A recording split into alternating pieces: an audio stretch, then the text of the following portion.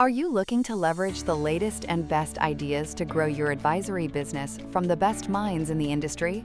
Join us every Wednesday at noon Pacific for our speaker series, featuring dynamic guests sharing real strategies for real results.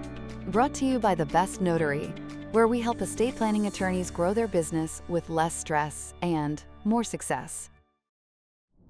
I am so excited for this one, folks. Jared is someone I consider a friend, even though I've never met him in person. We're Um, friends. that's right. And yeah, he takes a very serious topic and makes it fun and interesting. So, Jared Correia is a former practicing attorney who has spent the last decade and a half helping law firms operate more intelligently and profitably. Since 2008, he has advised firms on how to streamline operations, strengthen financial performance, and strategically adopt technology that creates a competitive advantage. As a founder and CEO of Red Cave Legal Consulting, Red Cave Law Firm Consulting, Jared works with firms of all sizes, from solo practitioners to international big law organizations. He provides consulting services directly to attorneys and in partnership with bar associations nationwide. He hosted the Legal Toolkit podcast from 2009 through 2025 and currently leads Late Night Legal and Adventures in Legal Tech. I've actually been on Late Night Legal and it's a lot of fun. Definitely check that out if you want a nice laugh about the legal industry. In addition, he's a frequent presenter for legal organizations and a regular contributor to leading law firm management publications. Jared is known for his practical implementation focused approach. He goes beyond theory, guiding firms through measurable improvements in key performance indicators, aka KPIs, workflow efficiency, and technology adoption. Lawyers really need that, I'll tell you that. His work centers on helping attorneys turn data into actionable strategy that drives productivity, profitability, and long-term resilience.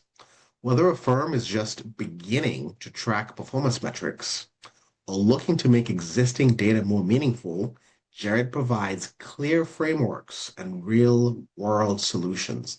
His mission is simple: transform information into strategy and help law firms achieve smarter, sustainable growth and laugh like they've never laughed before. So without further ado, here's Jared Correia. Oh my God, that was so good. Can you do my eulogy? Let's talk about That that was after. tremendous. Let's discuss it. Hopefully not for a little while. Yes. We're doing estate planning too, Jared. So we have a lot of estate planners to help you in case you haven't got to Oh, that yet. great. I'm in touch with my own mortality. I'm going to bring up my little slide deck if that's all right with you. Good. Let's make it happen. Go for it. All right. So, Eli, thank you for having me. I really appreciate it. This is going to be fun. And feel free to jump in at any point, obviously. Um, so you mentioned I've got the podcast, and that's freely available to anybody who wants to listen. So feel free to check that out. I just actually, this is new since we had our little podcast together, but we've actually launched like an entire media company. It's called Legal Broadcasting Company, so you can check out all our podcasts there. And with I think by the end of maybe midpoint of the year, we should have about 10 shows on the network. So I'm excited about Amazing. that. That's growing pretty quick. Congratulations. Thank you. Congratulations. Thank you. But the best one is still Legal Late Night. Anyway, let's talk about data analytics. So I didn't mention this when we were doing our little preamble, but I remember distinctly I was in Vermont in 2016 and I was doing the keynote address for their Bar Association annual conference. And I said, let's talk about data analytics for an hour. And everybody got up and walked out. And then I said, let's talk about the cloud. And then they all turned around and came back in. So I've been trying for years on the data analytics side to get people thinking about this. And I think so. I couch it in terms of like data analytics because when I start talking about KPIs, key performance indicators, I think people kind of shut their minds off and be like, ah, it sounds too complicated. But basically, when I'm talking about data analysis, I'm talking about numbers, statistics. And the idea is like you're just not pulling statistics out for the sake of having numbers to look at.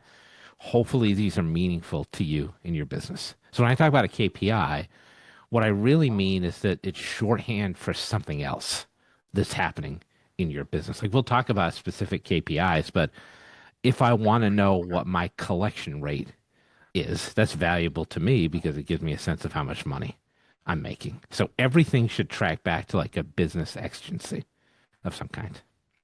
Now, data analytics is really,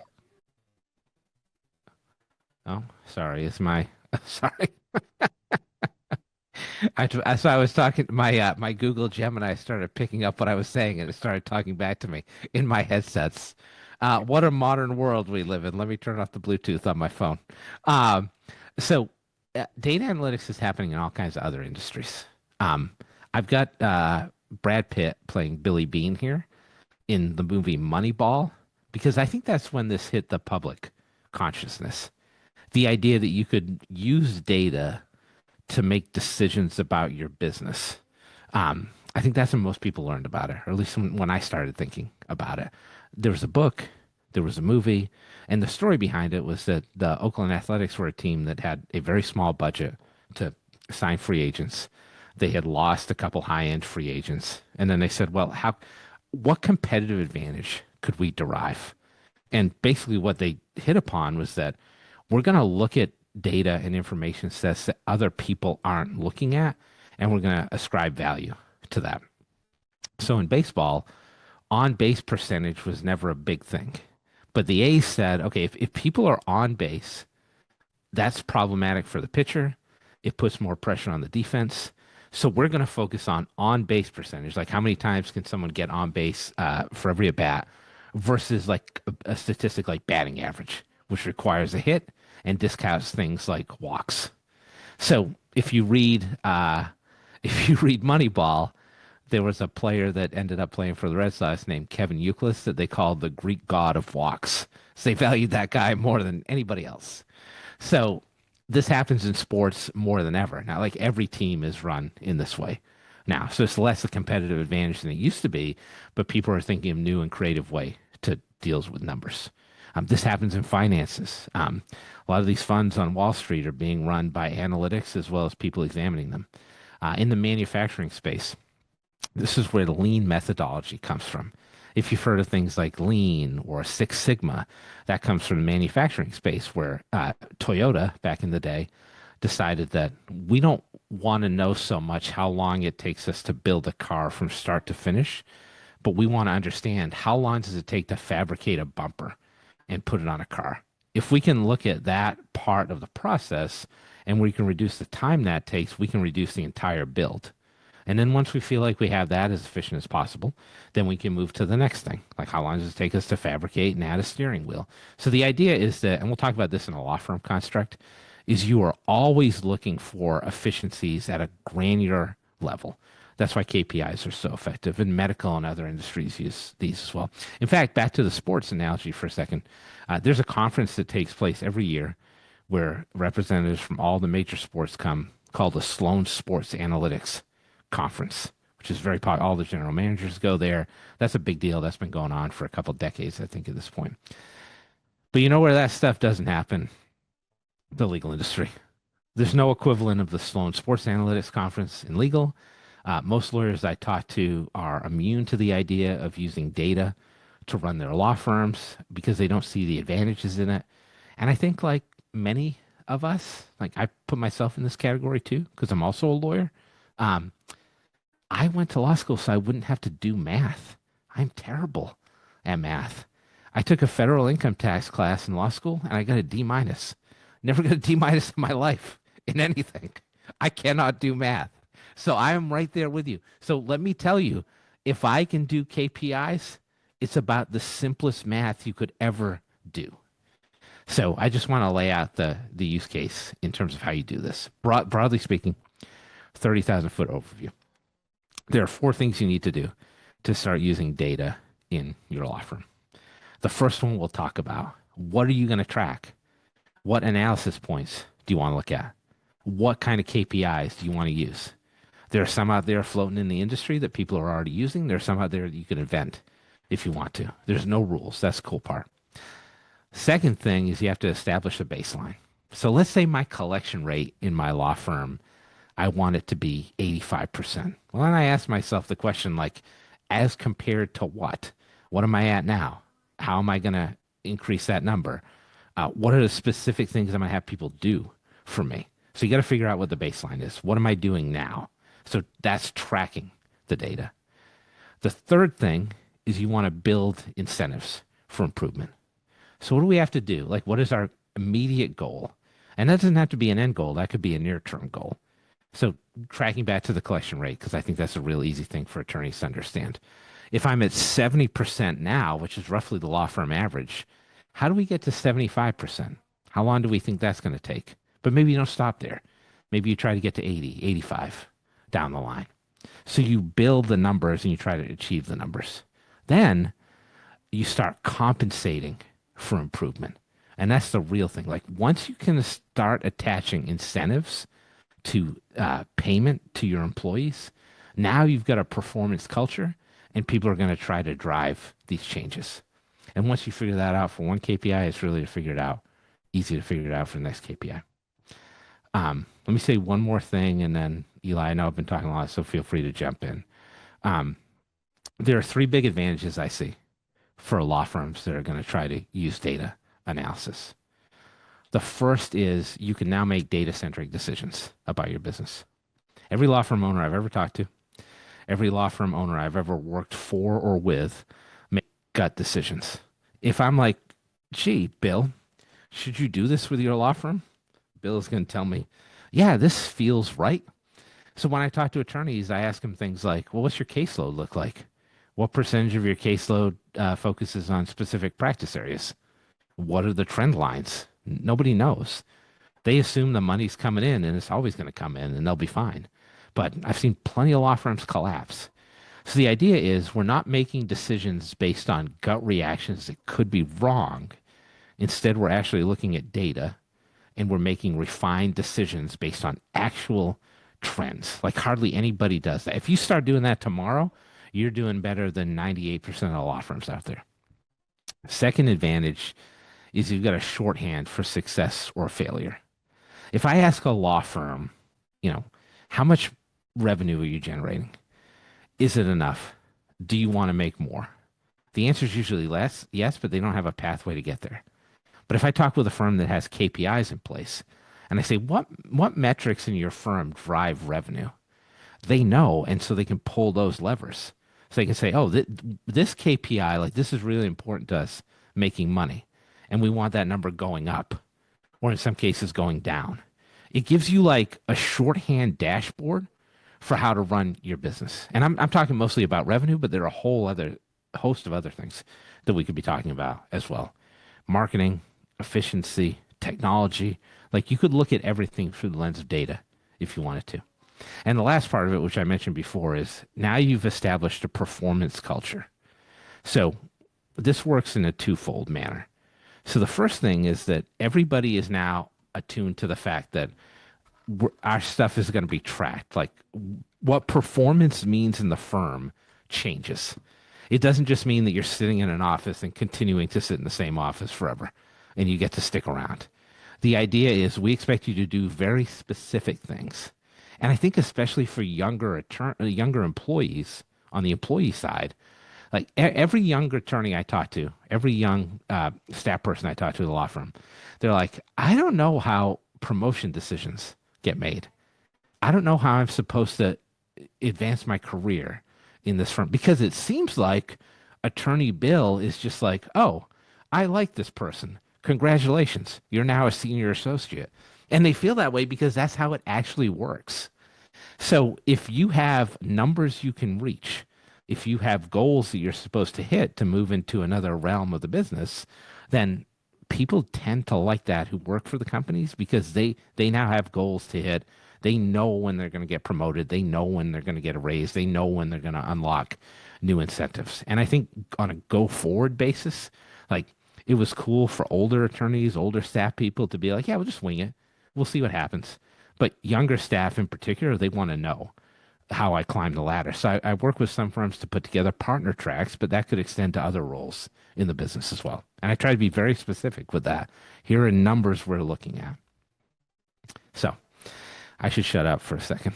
I just did that. That was my diatribe, Eli. You want to jump in on anything? Yeah, I see the chat. I see the chat is relatively live as well. It's exciting. yeah. Well, just, Hannah was talking about how, entertainment industry, has this, the importance of Yeah. asking the right questions.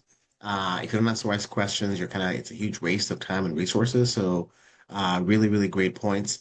My question to you, Jared, is what was the aha moment? Is it when you read Moneyball or watched the movie? Like, what was it that got you like, all right, I'm gonna start actually doing this, even though it's hard and you hate math, and I'm kind of right there with you. I think I gave up at calculus. I'm like, I'm out. There's multiple answers. This My is God, not clear. calculus. I don't I like was out this. So, before that. so curious, how did you end up like realizing this is important and then actually start doing it? I'm guessing for yourself first before you began to help other firms do it. I can pinpoint it. Okay. So I was hired by a small law firm when I was just starting out. I think I was like a year into law practice, and I was working for like a local. I went back home. I lived with my parents for a little bit. I was working for a law firm, making like $20 an hour. Yes, that's true. And I was like, I can't keep doing this. So I got like a quote unquote real job with a salary at another law firm. And I will tell you, like the attorney who ran that firm has passed away, so I can say stuff like this, but I didn't know what to do to be a lawyer. I was literally like, I was spending like 2 hours a day in the gym because I was like, I don't know what I'm supposed to do when I go back to the law firm. Like, what am I supposed to write? What am I supposed to research? So I was just hanging out at Gold's Gym. And the funny thing is, they had no idea either. So, like, I got fired from that job after like 5 months. And I was like, what happened? Like, you What kind of hired law? me? What kind Like, of law, Jared? What uh, was the practice area? so we were doing estate planning, family, and a little bit of personal injury. So, and I didn't know what any of that meant. Like, I don't know how to draft an estate plan. I don't know what I'm supposed to say to clients. I'm like, I'm a year in. Like, is someone going to train me? And they didn't. But then on the KPI side, like, they were like, yeah, we're letting you go after 5 months. And I'm like, why? And the guy like didn't have an answer. And I was Mm, like, how do you hire somebody and not have an answer? I'm like, did you run numbers and see what you were paying me and how much money I could make you? And then did you try to train me to make that amount of money and tell me what that entailed? Like, how many hours should I be billing? How many clients should I be talking to? Is there like a metric by which I could bring in business for you? They're just like, here you go, bro, do your thing. And I didn't know what the thing I was supposed to do was. So I started thinking to myself, like when I was in law school, I went to the career development office and I was like, I don't know if I want to practice law. I'm interested in like business management. I think I might want to be a consultant. And they were like, get a real job. And so I'm like, okay, I'll go do that. wow. And so I got this real job and I'm like, nobody is like thinking about this in a granular way. They're all just winging it. So they just hired me because they liked me, but Mhm, they had mhm. no plan of action at all about how to run an associate in this firm. And it was Mhm, me and a bunch of older guys. Like it mhm, was like five partners and me. mhm, And so nobody even cared what I did until they were like, "Oh, we're paying this guy and he's not making us any money." They did mhm. like this ad hoc analysis after the fact. Yeah. So that was when I was really like, there's got to be a better way to do this. Like this Mm. can't be the only way it's done. Interesting. Okay, so just kind of out of the frustration of not the company not having, processes written down and no way of understanding, the reason for that decision to Yeah. boot you out. And I've heard this many, many times from my various attorneys who were like, they were scared that they're gonna like commit malpractice because they didn't get any playbooks. So I'm just curious, like, Yeah. how can you as a firm not have a written down set of SOPs to help your new hires know what to do? Like, is it all kind Oh, of that's a side great by side question. training? Yeah. It's funny, like, I wasn't even upset that I was getting fired because I was like, great, I had no idea what I was doing anyway. Maybe I can go find something that's better for me because I clearly apparently don't know how to be a lawyer. But I think so I think the first thing is like There's a lot of vibe hiring that goes on in law firms. You would be shocked at how many times I talk to attorneys and they're like, I want to bring on an associate. I'm like, okay, let's run the numbers. And they're like, what? And I'm like, yeah, so let's start here. Like, how much work do you have for this person? How much are you going to pay them? And what's the delta for that? Nobody does that, which is crazy to me. That's staggering to me still, even after all the years of doing this. Um, but to your SOP point, I think this is really important, which is that I wasn't planning on talking about this explicitly today, but like if we're talking about lean methodology, if we're talking about process metrics, like how do I know that I am doing this segment of a case or a job quickly?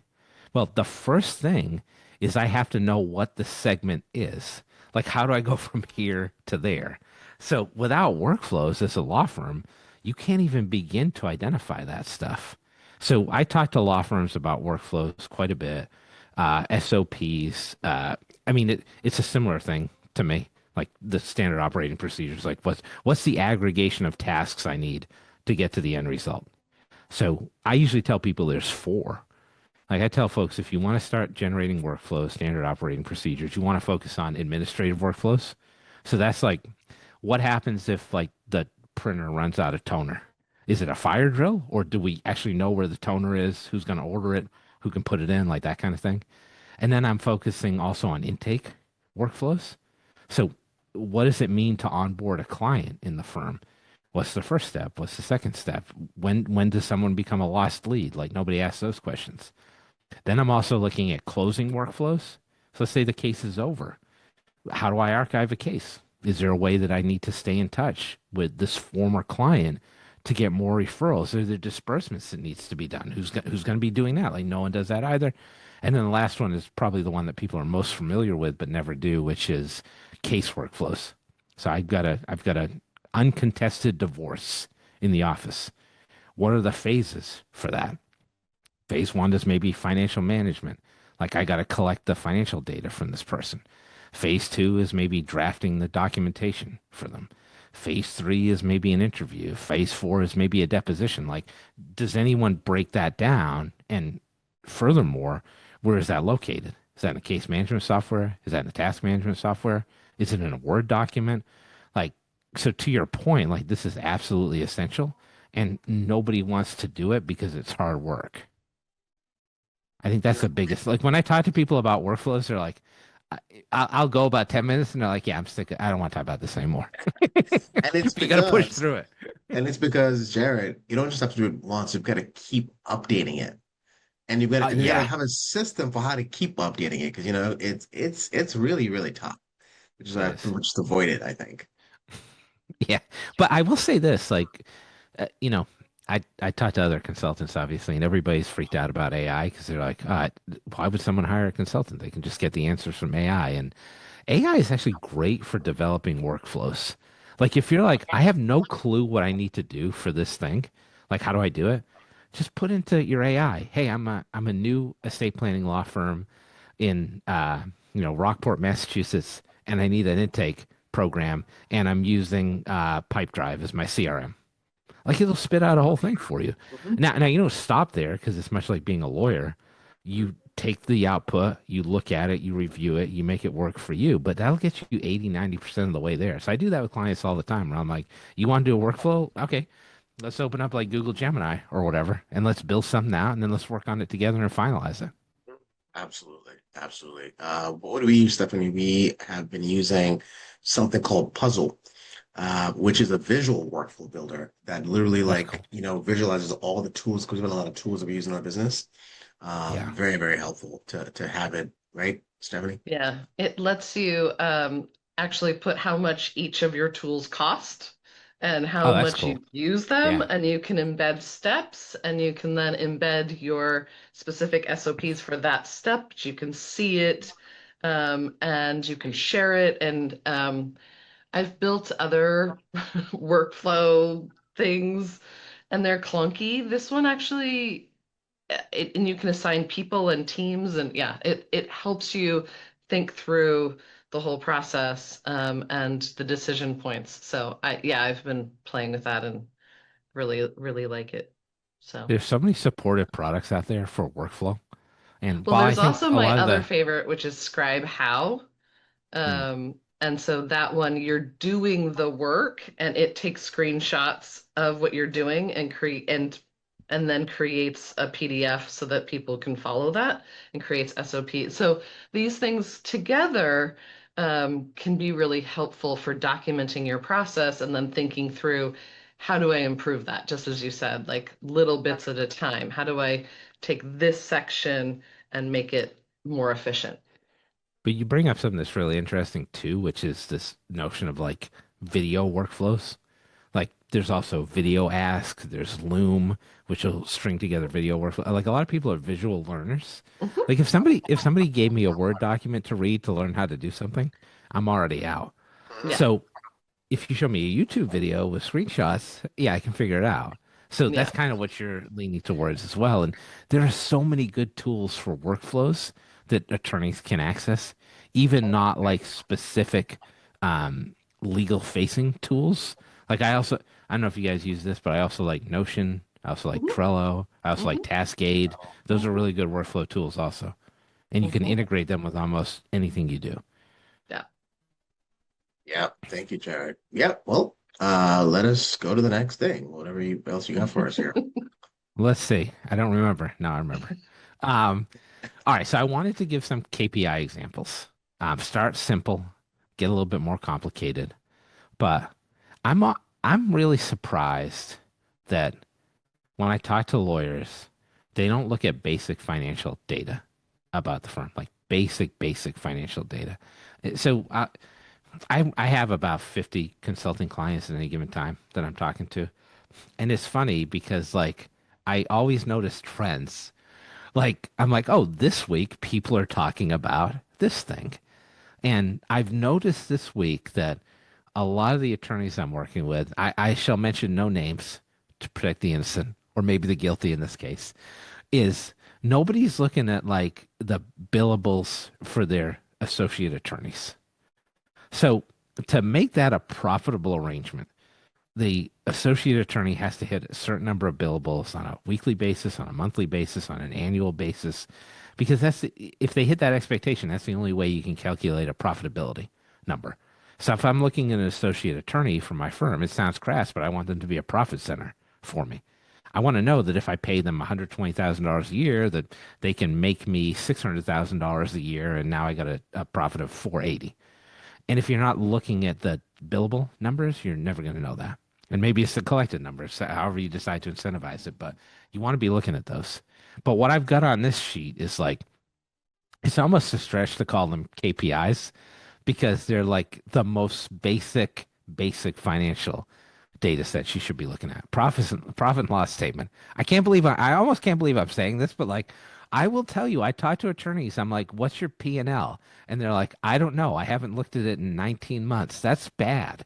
You want to get a sense of how much money you're making and how much money you're spending. That is a good thing. And that is easy to find. Like that is literally one of the first buttons you see in QuickBooks. So I would look at that at least on a monthly basis if I'm a law firm. Um, the next one, which I think is important, is so we talked about collection rate. A variable of that is this notion of accounts receivable and aged accounts receivable. So, who owes me money? Like in total, how much money is my business owed? Because most law firms are service businesses that bill in arrears. Now, you don't have to be. You can bill in advance, and we could talk about strategies about how to do that. But most are billing, and you say, "Hey, Jill, I performed legal services for you, and now I need $2,000." You know where you are in the stack of bills that people have? At the very bottom. You're not ahead of the mortgage. You're not ahead of daycare. You are last on the list. So there's always a wait period before you get paid. And sometimes that wait period is forever. So if you look at any software, you can aggregate the total amount of accounts receivable at any given time for the business. You can also look at individuals who owe you money, but then you also want to be looking at aged accounts receivable. So you want to be looking at 30 days out, 60 days out, 90 days out, because understand the longer that those accounts receivable stay uncollected, the more likely it is you're never going to see that money. So if you're 90 days out and 75% of your accounts receivable are that far, ain't nobody paying you. You might as well write that off. So you want to be at least aware of what's happening there. And so the other thing we haven't talked about is if you're doing KPIs, and one of the reasons you're doing this is so that you can have a sense from these metrics of what you need to change. So if your accounts receivable are really high, or most of your accounts receivable are long-term accounts receivable, it probably makes sense to look at a different payment model for your law firm. And there are changes that you can make. Now, the last three are the last three are sort of like the payment funnel for law firms. I talked about collection rate before. I think attorneys basically know what collection rate is. Okay, I sent out an invoice this amount, and I was only paid Y. And believe it or not, the collection rate for law firms is like 70%. That's low. And we're not even talking about the money you have to pay in taxes, which eats into that as well. The money you have to pay to support your business, which eats into that as well, your budget, your overhead. So if that number creeps up to 80%, 90%, 95%, that's a huge difference for you. And that metric is available in any financial tool or even like the case management software you're using to do time and billing. Now, the other place where you start to leak money is on the realization rate. So realization rate is basically what gets on the invoice from what has been billed. So that is really a mechanism to figure out what is even collectible. So if let's say I have an associate and they billed 7 hours today, and I said to myself, let's do 10, because I remember I said I was terrible at math. You probably don't have associates building 10 hours a day, but that makes the math easier for me. So let's say somebody billed 10 hours that day and you decided, it took them too long to draft that document. So I'm going to write that down. I'm only going to bill 8 hours to the client. Well, your realization for that work was 80%.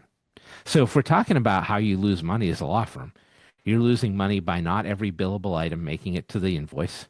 And then you're losing money when people aren't paying you on the invoice. Now, almost every law firm, I think, has a general sense of what their lot of law firms don't look at realization rate. And then maybe the most important financial KPI on this basic list that law firms don't track, largely because it's hard, is this idea of utilization rate. So utilization rate is effectively how much work volume someone has.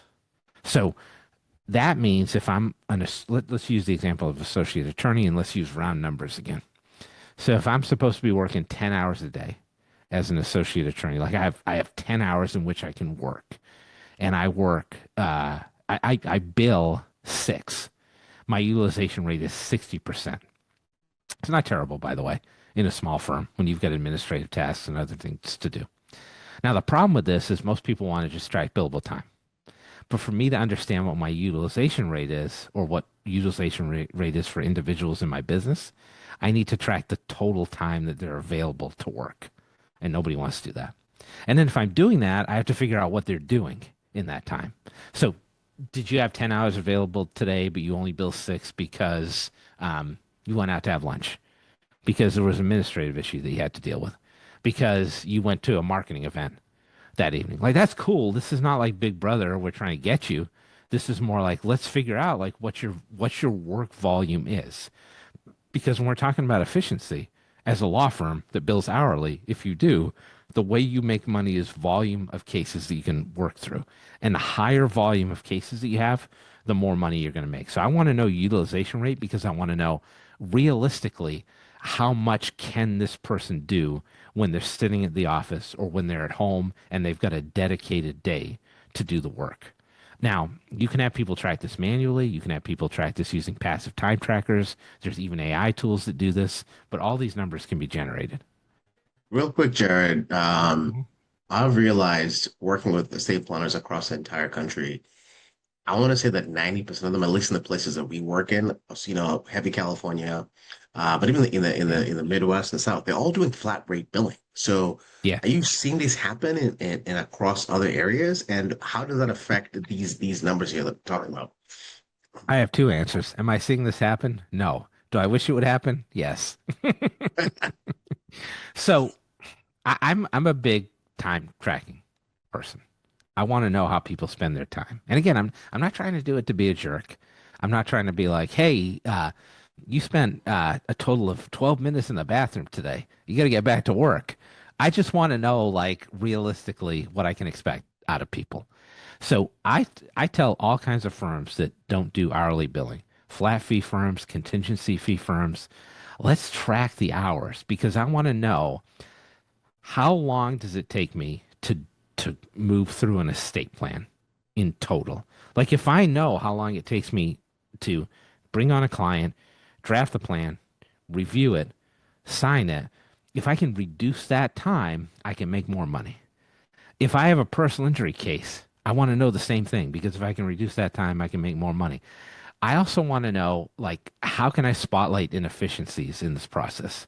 So if I'm an estate planning attorney, I may want to know like, okay, how long does it take us, and we'll talk more about this, how long does it take from the initial contact with the lead to having an initial consultation meeting? If I can reduce that time, I can take on more clients, that type of thing. So I think of, and the other thing about this too, by the way, is especially in flat fee practices, value billing practices, I also want to know how long does it take me to do the work because that's a function of the value. It's not the only way to price it, but if I can do an estate plan in 3 hours versus 10 hours, like I may charge more and I should charge more for the 10 hours because maybe it's a more complicated case. So I'm looking at all this stuff, and I'm a big advocate of value billing, but I'm still tracking time for everything because I want to know the speed of process, and I also want to know the utilization rate. Like how much work could I expect my people to do on a particular project? Very cool. And what are the best tools to track that you've seen out there? Um, Um, I like passive time trackers. okay. I don't know if anybody out there is using passive time trackers or if you guys use passive time trackers, but there are tools that will track your device time, Hmm. basically. Hmm. So if I'm working on a document, the software will recognize, oh, like, the attorney just opened the Johnson file and they're working on like the motion to suppress. Hmm. All right, they saved that and closed it. That was 10 minutes. Or you open an email and they recognize the person you're sending it to. Hmm. And it's like, oh, this is the Smith matter. They wrote a letter to Smith and they wrote an email to Smith and they sent it. That took 15 minutes and it'll Hmm. log that. Hmm. Now, what's cool is that these tools are usually device agnostic. So it doesn't matter if I'm logged in, if I'm using my smartphone or my tablet or my laptop or my desktop. And the other thing that's great is, in addition to being device agnostic, they're also sensitive to lack of motion. So let's say I'm in the middle of an email. I get up to go to the bathroom. I come back. If you're gone for like more than 10 seconds, the system will be like, oh, it seems like you were away from your computer for a little bit. What'd you do? And you can say something like, oh, let's start timing again now because I just got back. What I love about this is that it creates a log of everything you do so you can track utilization rate and other things. But what's also great is I can see where the soft spots are in my day. I tell people this all the time. Like, if I'm using a time logging tool and I can see that every day from like 2 to 3:30, I'm just like really inefficient and I'm hanging out on Facebook. Well, just plan that as part of your day. Just do that then or take a nap. Like it's okay. You want to be in a flow state. So tools that you would use, Cremeta, Wise Time, um, Time Bro. There's a bunch of these. A lot of them interact with case management systems. And then some of these tools are starting to use more AI functionality. So there's a product out there right now called Billables AI, which Hmm. has been pretty good in terms of tracking time. And what's great about the AI software is that they'll also potentially be able to draft. Well, they'll be able to pick a type of bill, type Hmm. of billing. So it could Hmm. be research, it could be drafting. They'll figure that out, and they may Hmm. also even write the description for you. Wow, incredible. And there's a whole bunch of them. I'm seeing here Timely, Yeah. Rescue Time, Timular. There's a ton Toggle's of these. another one that's popular. Yeah, Yep. and some softwares actually have it built in. Like if Yeah. you're a lawyer, some of the case management, like Rocket Matter has it, Practice Uh, Panther has it, I think, built Clio. into the system. Does I Clio don't have think one? Clio has one built in. No, I think they rely on the integrations, Okay, as far as I interesting. know. Very nice. Thank you. That's a great list. Maybe do you have them listed? So do you have a list of all of those tools that you like, Jared, somewhere? We can I don't, but I can put one together. we would appreciate that because there's so much out there, and what we did is we built actually a Google Doc. It's a 1.0 of our list of vetted resources and tools Hmm. and people and coaches. And you'll be in there too, Jared, by the way, because clearly you can help a lot of our lawyers build more efficient firms, which we like because they make more money, which makes us more money. Yeah, now we're talking. So I'm a big fan of curation. So I would really appreciate it if you could get us a list of tools that Oh you yeah, love. I'll pull together a list of passive timekeepers Thank for you. you. That's no Appreciate problem at that, all. Jared. Very Appreciate that. happy to do that. All right. Um, should I move on? Yeah, please, please. Yeah. All right, 20 financial 28 minutes. KPIs. Okay, 20. Oh my Oh, gosh, time my bad. flies. Okay, 18 minutes. My bad. 18 minutes. See, All right, I'll go my fast. math is horrific, as you can see. Let's Jump continue. in whatever you want, but I'll try and move a little bit All faster. right, So, that's good. That's good. financial KPIs 2.0, like stuff that people don't track that is still valuable. Um, so one of the things I'm really interested in when I talk to people is case type distribution. So what percentage of my practice falls into specific cases? And the reason I want to know this is because I want to know if attorneys are focusing on the right things. Like let's say you have three practice areas and you spend 50% of your time working on one type of case and you value the case type that is representative of 5% of your practice. That doesn't seem like a solid business decision to me. And this could be something that occurs over time, right? If I had a practice area distribution that I was aware of, and I had a case type that moved from 35% of my business to 50% of my business over a 2 year period, like I might want to double down and be like, this is a growth area for me. And I am spending all my time on the part of the practice that's dying or shriveling. Because if that 15% is being taken up by one case area, it's being moved from someplace else. So I like that idea of like what's our case distribution, and nobody knows the answer to that. Like no one is tracking that on a regular basis. Now that can also tie in with this notion of average value per case. So not only do I want to know what my case distribution looks like, I want to know how much I charge for everything I do. So estate planning, right? I want to know what my average case value is for a single person who needs like one person who needs a will, or one person who needs a will and trust, or a couple who needs a will, or a couple who needs a will and trust, because then I can start to set goals and I can start to do revenue projections. So I can have conversations where I'm like, okay, it costs $5,000 to do a simple will with me. It costs $10,000 to do tax planning.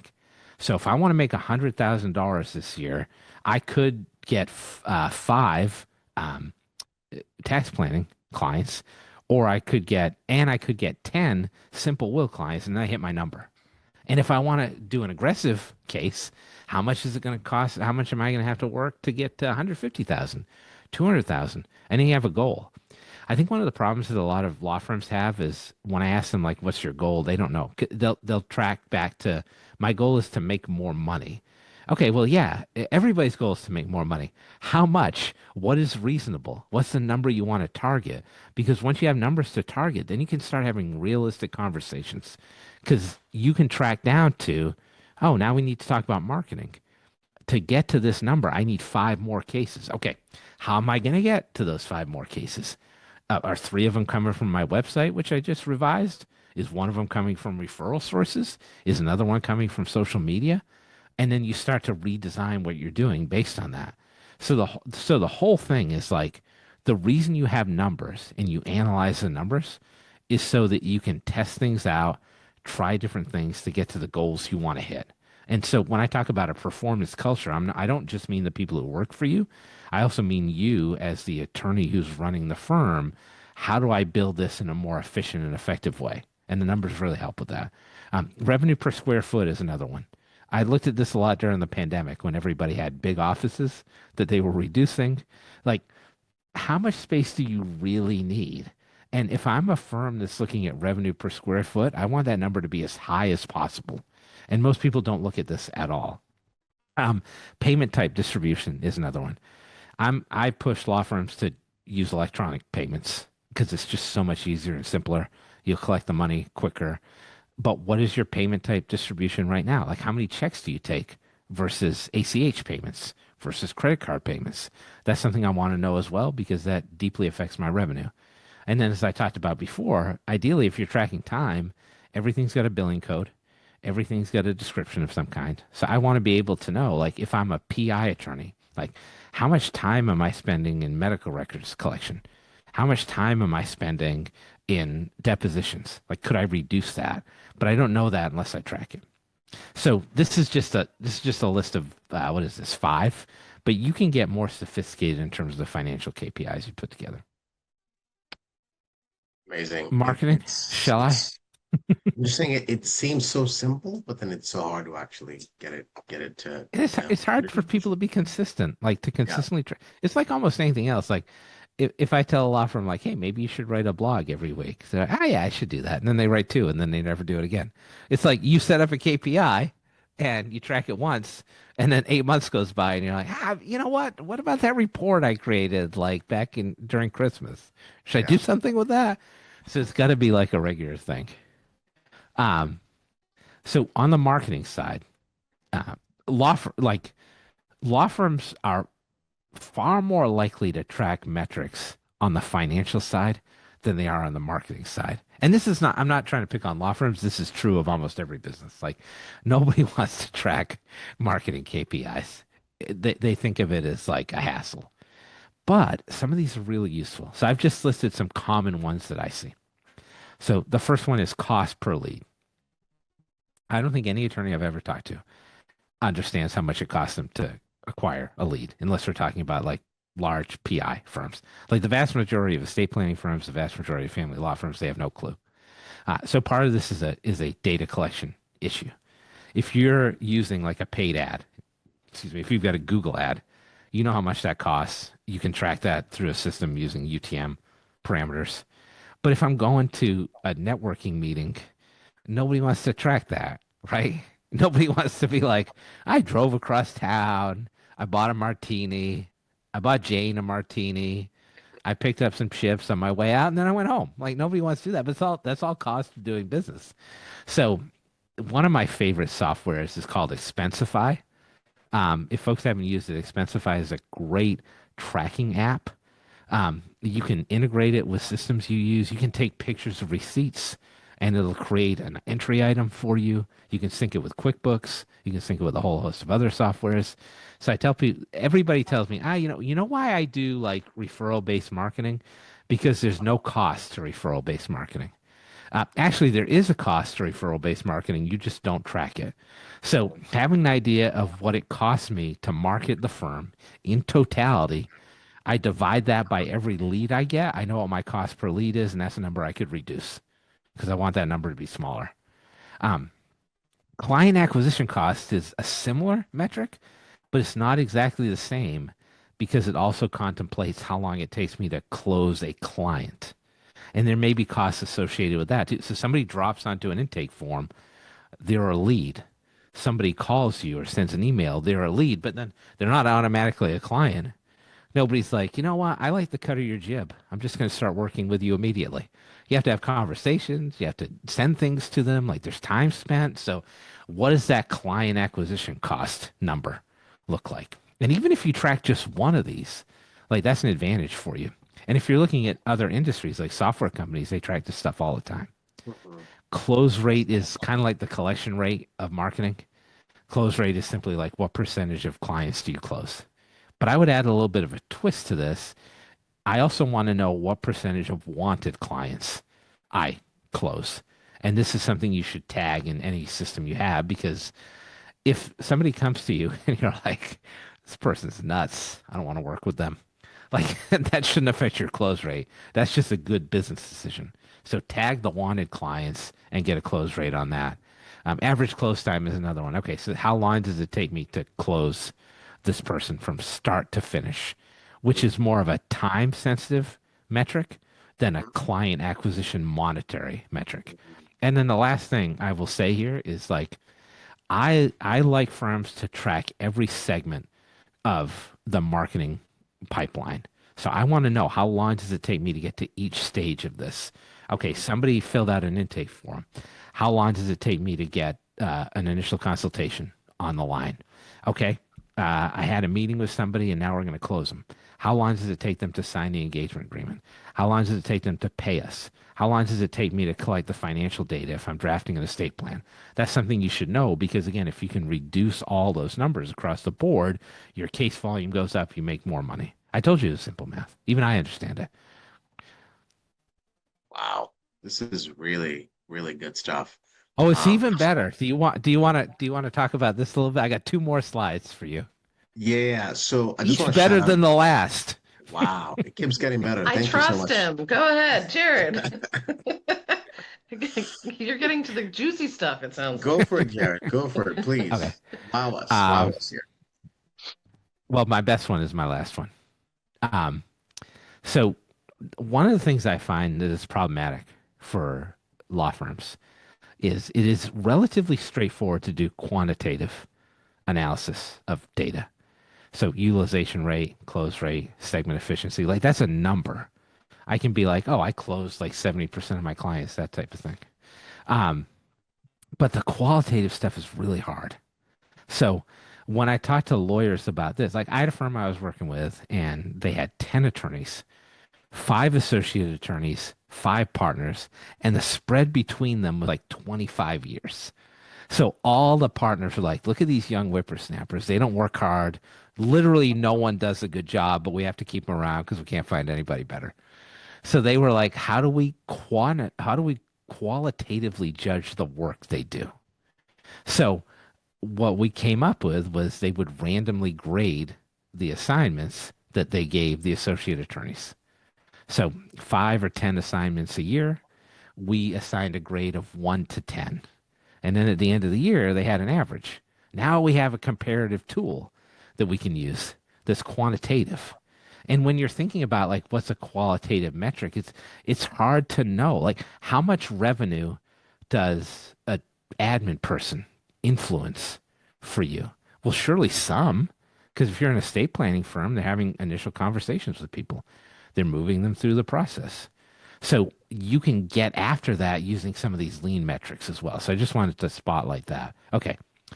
Here are some actual KPIs I've developed with law firms because you can there are generic KPIs out there, but you can also take your situation and be like, what can I use as a metric to improve what I'm doing? And that can be different for every law firm.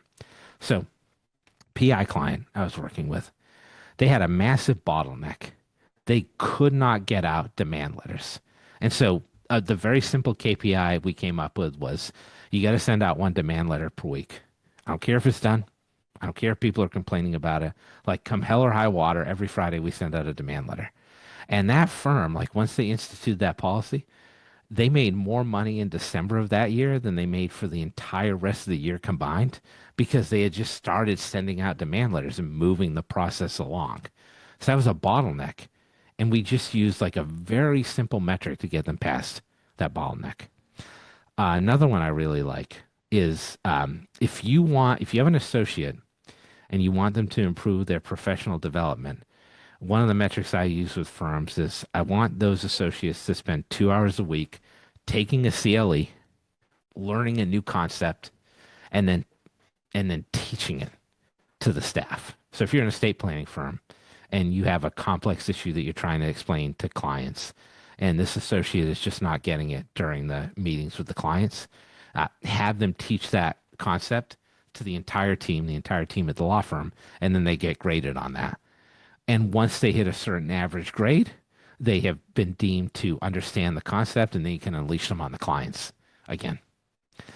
PI firm, they were having trouble post-settlement dispersing the funds. So we said there's a 2-month time limit for that. You want to hit 2 months for all the post-settlement transactions. I mentioned this one before, 24 hours to schedule an initial consult. That's a goal that you could set up. For estate planning firms, based on revenue, I have a firm where we do 6 of each of an intake, design, and signing meeting each month, Doesn't matter which clients, but we have to have 6 of each of those meetings. And if we do that based on how the firm charges, we hit the revenue goals for every month. That kind of thing is helpful. And I know we're short on time. So the last thing I will say is one of my favorite things to do, because I'm demented, is to take KPIs from other industries and use them in law practice. So back to baseball. I'm preparing for my fantasy baseball draft, forgive me. But there's a baseball statistic called WAR, which means wins over replacement. So it's a way to judge players based on how they compare to the average player in the league. So Shohei Ohtani would have like a 15 WAR or something like that because he's worth 15 more wins than the average player. So in some law firms, I've created WAR for associates. We take what an average associate performance would be, and then we grade every attorney on that. Some of them have a really positive WAR, some of them have a really negative WAR, but now I've got this comparative KPI. Did I invent that? No. Did I steal that from Bill James? Yes. But you could do that in your law firm as well. Other things in other industries that people look at but don't necessarily use in law firm, churn rate. Like how many software companies look at this all the time? Like how many clients do we lose? Like in a law firm, how many clients do you lose before you complete the work? How many people fire you? That would be good to know, right? Click-through rate is another one for marketing. Like if I'm sending out email marketing or text marketing, how many people actually click on the stuff I send? That's a percentage that you can define. Monthly active users is another one. This is taken from software. Software companies look to see how many people are actually engaging with the software product, like actually clicking buttons on a monthly basis. Let's say I'm a law firm and I want to launch a client portal and I want people to use it. What percentage of my clients actually submit information through the client portal every month? Isn't that a good metric to decide how many people are using what you want them to use? Net Promoter Score is another one from a marketing standpoint that lawyers don't necessarily use. You're asking people one question in a survey. How likely would you be to recommend my firm on a scale of 1 to 10? The higher you get, the better you are in terms of generating new clients. Law firms, by the way, they sit at about a 2.8 on the Net Promoter Score. They're right there with like credit card companies and airlines. So if you're doing better than that, that's great. If you're not doing great with that, then you can increase that number. All right, I got through pretty much everything. Oh my gosh, that time went really fast. Wow, Jared, that was a ton of value and great information. I just wanted to Um, throw out as much stuff as I could. no, you did really great. Our two guests who are here today, Hannah, Michael, any questions, thoughts, comments? Want to make sure you guys get Yes. a chance to express yourselves. Hopefully, found some value.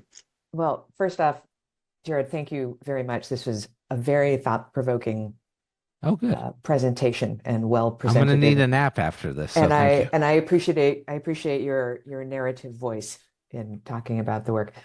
I'm relatively new to the legal field. I've been working as a practice manager for a couple of years, but I was in software cool. and video gaming specifically for Oh, 20 years before amazing. that. So MAU, Net Promoter, I'm like, oh, very familiar. But one of the things I really appreciated about the content you presented is that it validates a lot of what my tiny firm is already doing. Oh, And good. so in some ways Kudos I feel to you. like, I'm I like, love that. okay, we're not as far behind as we thought. I mean, there's always room for improvement, but Sounds and like you're ahead, actually. So good for well, you. Way the ahead, the way ahead. partners that I work for understand the importance of having procedures documented, and they've That's awesome. committed the firm's resources to that. But like someone else was saying, it's a constant process. You have to always keep things updated. Yes. And estate planning is a funny beast because Mhm. it's not, you're dealing with humans in a much, I would suspect, more direct way than maybe other areas of the law, but I don't know since I don't have that experience. No, that's true. So Well, the thing about estate planning that's interesting is it is kind of a different beast, but it's also very susceptible to process. And you can think of it as almost like an assembly line procedure. It's like building a car very to much me. so. Like Very much so. meeting 1, meeting 2, meeting 3. Like that's it. And you can test all of those for viability in terms of efficiency. Assuming your clients are rational actors. Yes. assuming. Well, So- there are always going to be edge cases, as you probably know, given your corporate experience. So I'm Yes. looking for an average. There's Yeah. always going to be somebody who is going to throw a monkey wrench into the situation. Yes, but you hopefully, in the best situation, you learn from that rather than get frightened by it like Wile E. Coyote. So. Yes. And Eli, you have to see Spinal Tap. I'm so sorry. You're just not a grown-up until you've seen Spinal Tap. You haven't seen Spinal Tap? I didn't grow up here, That's folks. what I is grew very up in important Kenya. information that I was grew being up in exchanged Kenya. in the chat. Yeah. Hannah, you saw my Spinal Tap slide, Oh, right? totally. She caught Okay. it immediately, and Yeah, this one Which goes to one was 11. it? What did it say? What did this slide say? I didn't even Oh, notice. yeah, just- yeah. Well, it was an Yeah, image. watch the movie. Yeah, We'll give you a well, quiz afterwards. Okay. All right, folks. All I'll right. check it I'm out. Hannah sorry, and I I have to- both immediately were Yeah, like, Eli, yeah, seriously? like the nerd But- beacon was illuminated, and we responded. So, well, Thank you, thanks Hannah, again, for Jared. being Thank here. you, Eli and Stephanie, for Of making course. this happen. There's Thank lots, you. It's- lots of good stuff to think about. I I'm haven't sorry ever to met jump you off. like in virtual either, so it's lovely to see Yeah, a it's nice face to with put a a face name. with the name, definitely. Yeah, take All care. right, thanks. Thank you Have a so great much. rest of your day, everybody. Thank you. You You too. too. Bye. Thank you so much, Jared. This Thank was you. wonderful and Huge. interesting. And yes, it's hard to make KPIs really engaging and fun, but they're so important. Eli and I Yes. have many conversations about KPIs. What is a KPI? What is not a KPI? I'm sure you do. And He gets heated, Jared. He gets really heated. Well, yeah, it's a like big thing. Right. Like there are things that are not KPIs. It's true. Right. He'll call them KPIs, and I'm like, that's not a KPI. He's like, you're being really literal. I'm like, but I'm a very literal optimistic. thing. I'm very That's so optimistic. funny. Uh, Thank you very much. Nice to meet you, Eli. Thanks Nice for to meet having you me. too. Yeah. Yeah, And, thank you. yeah, We'll get a happy meeting to teed talk. up. Happy to do. Yeah, We'll set up a meeting teed up after you come back. amazing. Take care, Sounds good. Jared. Take care. Come join us on Zoom every Wednesday of the month at noon Pacific and 3 p.m. Eastern. Please don't forget to subscribe to our YouTube channel to get notified when new episodes are released. This speaker series is sponsored by The Best Notary, your trusted document concierge from Maui to Maine.